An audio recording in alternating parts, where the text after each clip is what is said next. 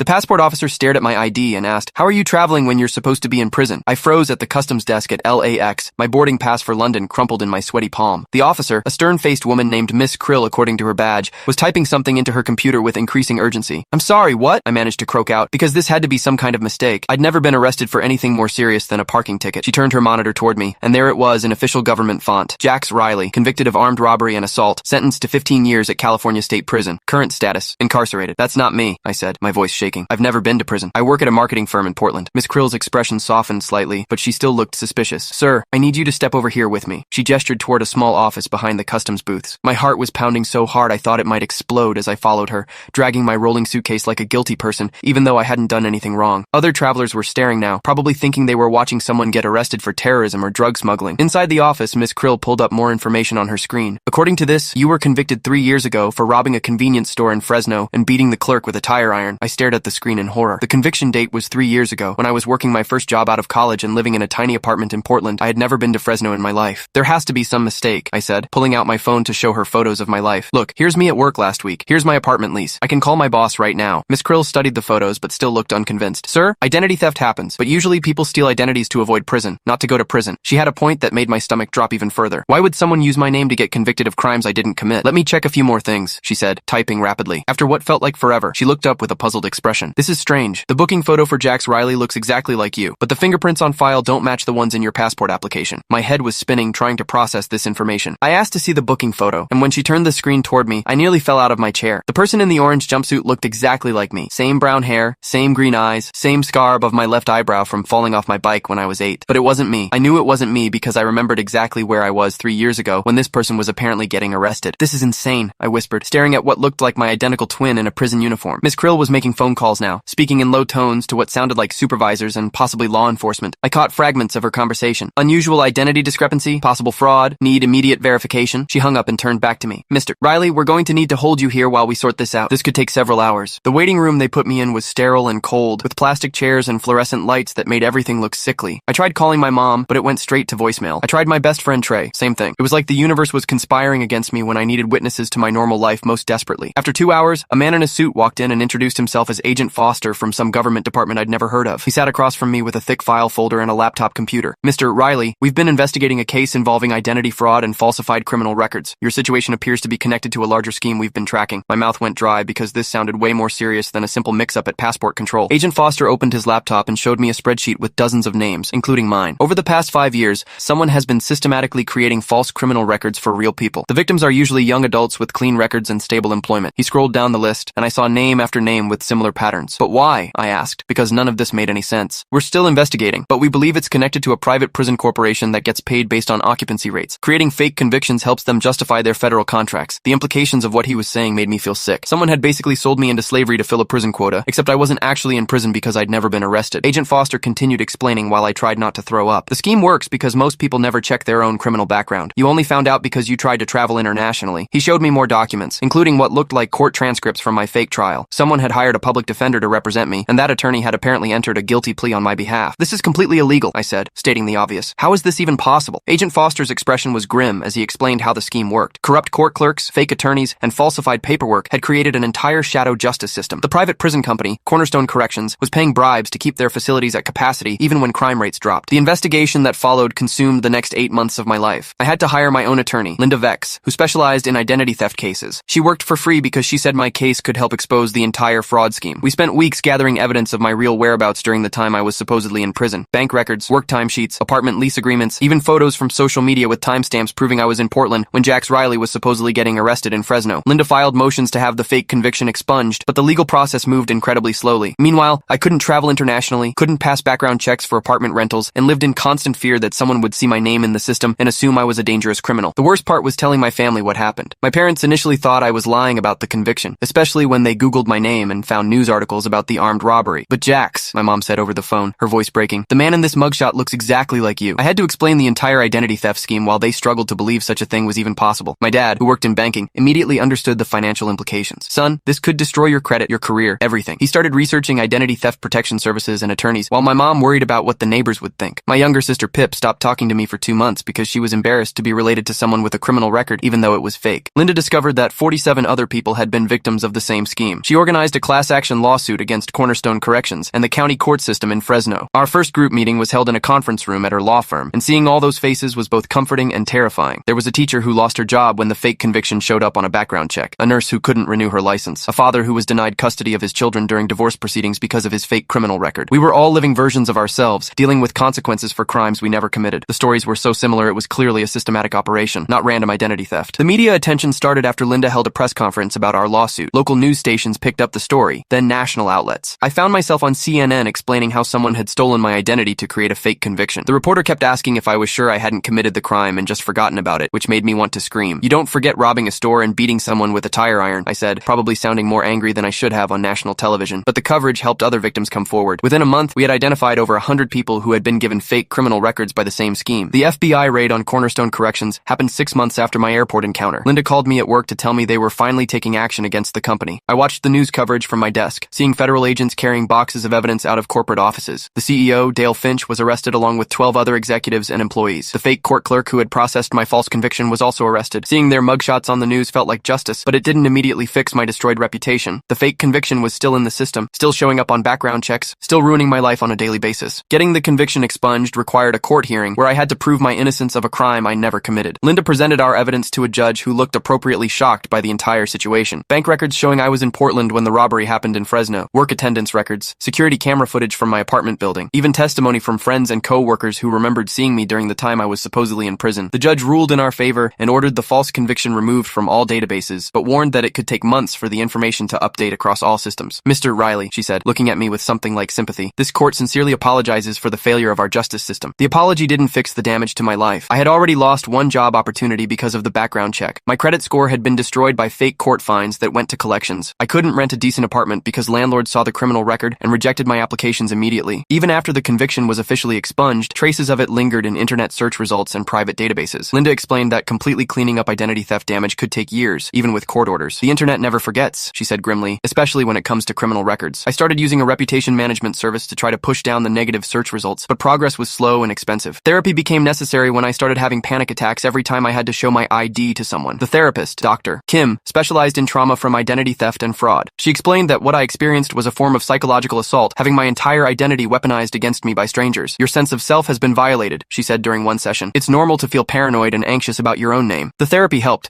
but I still checked my criminal background report obsessively, terrified that new fake charges might appear. Dr. Kim taught me coping strategies for the anxiety, but admitted that complete trust in the system might never fully return. "You've seen behind the curtain," she said. "You know how easily someone can destroy your life with paperwork." The class action settlement took 2 years to finalize. Cornerstone Corrections agreed to pay $50 million to the victims, which worked out to about $300,000 each after legal fees. The money helped, but it couldn't repair the psychological damage or the years of stress. Some victims had lost marriages because their spouses couldn't handle being associated with fake criminals. Others had permanent damage to their careers in fields that required clean background checks. The teacher in our group never got her job back, even after the conviction was expunged. Parents had lost custody battles. People had been denied housing, loans, and employment opportunities. The settlement money felt like compensation for having our lives destroyed by corporate greed and systematic corruption. Dale Finch, the Cornerstone CEO, got sentenced to 15 years in federal prison for fraud, bribery, and racketeering. The irony wasn't lost on any of us that he got the same sentence I was supposedly serving for armed robbery. During his sentencing hearing, he apologized to the victims and claimed he never intended for innocent people to be hurt. Linda laughed bitterly when she read that quote to our support group. "He knew exactly what he was doing," she said. "Creating fake criminals was the whole business model." The court clerk who processed my false conviction got 3 years. The fake public defender who entered my guilty plea got disbarred and sentenced to 5 years. It felt like justice, but it couldn't undo the trauma of believing my own government had labeled me a violent criminal. Rebuilding my life after the settlement required moving to a different city where nobody knew about my case. I relocated to Denver and started over with a new job, new apartment, and new social circle. I didn't tell people about the identity theft initially because explaining it was exhausting, and most people couldn't comprehend how such a thing was possible. Dating was complicated because background checks are standard now, and I had to explain why searches of my name might still bring up old articles about fake convictions. I met Sarah at a coffee shop near my new apartment, and after we'd been seeing each other for 2 months, I finally told her the whole story. She listened with wide eyes and then Googled my name immediately. "Holy shit," she said, scrolling through news articles. "This actually happened to you." Sarah became my strongest supporter during the final stages of legal cleanup. She helped me monitor my credit reports and online reputation. When we decided to move in together, she dealt with landlords who had questions about my background check discrepancies. Having someone who believed my story completely made an enormous difference in my mental health. Dr. Kim said that support from trusted people was crucial for recovery from identity theft trauma. "You need witnesses to your real life," she explained. "People who can confirm that you are who you say you are." Sarah was that witness, along with my family and close friends who had stuck by me throughout the whole ordeal. 3 years after that day at LAX, I finally took the international trip I had been planning planning. Sarah and I flew to London for our honeymoon, and when I handed my passport to the customs officer, my heart still raced. But the officer just stamped it and waved us through without any drama. Standing in Heathrow Airport, I realized I had been holding my breath for 3 years, waiting for the other shoe to drop. The fake conviction was really gone from the system. I was finally free to be myself again, not some corporate scheme's version of a criminal. Sarah squeezed my hand as we walked toward baggage claim, and I felt like I was reclaiming my own identity after years of fighting for it. The support group Linda organized continued meeting monthly, even after the settlement was distributed. We had all been through something that most people couldn't understand, and talking to others who had lived it helped process the ongoing trauma. Some members were doing better than others. The nurse had gotten her license back and found a new job. The father had regained custody of his children, but others were still struggling with anxiety, depression, and trust issues. We all agreed that the experience had changed us permanently. You can't unknow that your entire identity can be stolen and weaponized, one member said during a meeting. It changes how you see everything. We were survivors of a crime that most people didn't even know was possible. I started speaking at conferences about identity theft and criminal justice reform. My story became a case study in how private prisons create perverse incentives for mass incarceration. Law students studied my case to understand how corruption can infiltrate court systems. I testified before a congressional subcommittee about the need for better oversight of private prison contracts. Standing at that witness table, looking at senators and representatives,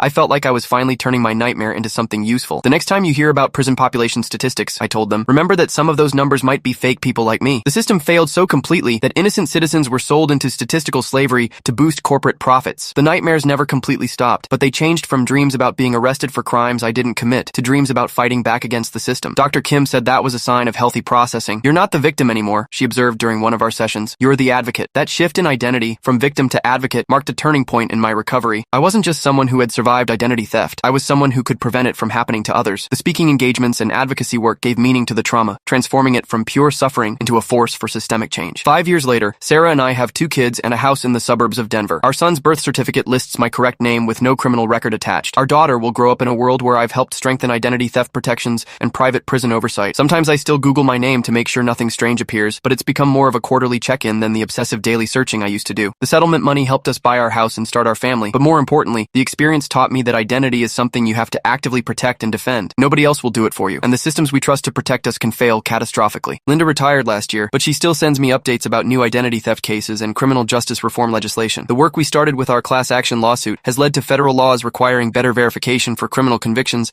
and stronger penalties for false record creation. Cornerstone Corrections went bankrupt and was dissolved, with its facilities sold to companies with better oversight. Dale Finch is still in federal prison, where hopefully he's learning what it actually feels like to be incarcerated. The fake court clerk who processed my conviction died of a heart attack 2 years into her sentence. I felt nothing when Linda told me about her death. Some betrayals are too deep for forgiveness. Dr. Kim says I've made remarkable progress in rebuilding trust and moving forward with my life. The panic attacks are rare now, usually triggered only by situations involving government documents or background checks. I've learned to prepare for those moments with breathing exercises and positive self-talk. You know who you are, I remind myself when anxiety starts building. You have proof of your real life. The evidence binders Linda and I assembled during the legal battle sit in our home office, thick folders full of documents proving my innocence and identity. I haven't opened them in over a year, but knowing they exist gives me comfort. They're my insurance policy against anyone who might ever again try to steal my life. The strangest part of the whole experience was realizing how much of our identity depends on systems we never think about. Criminal databases, credit reports, background check services, they all form this invisible infrastructure that determines what opportunities we get in life. When someone corrupts that infrastructure, they can destroy you without ever meeting you face to face. But they can't change who you really are inside, and they can't take away the people who love you. Sarah and I renewed our vows on the 5th anniversary of the airport incident, surrounded by family and friends who had supported us through everything. As I looked into her eyes and repeated my promises, I realized that no amount of paperwork fraud could touch what we had built together. That's the identity that really matters. Thanks for hanging out until the end. If you enjoy diving into these kinds of stories, hit that sub button and stick around. And tell me in the comments what you think. I read through them all.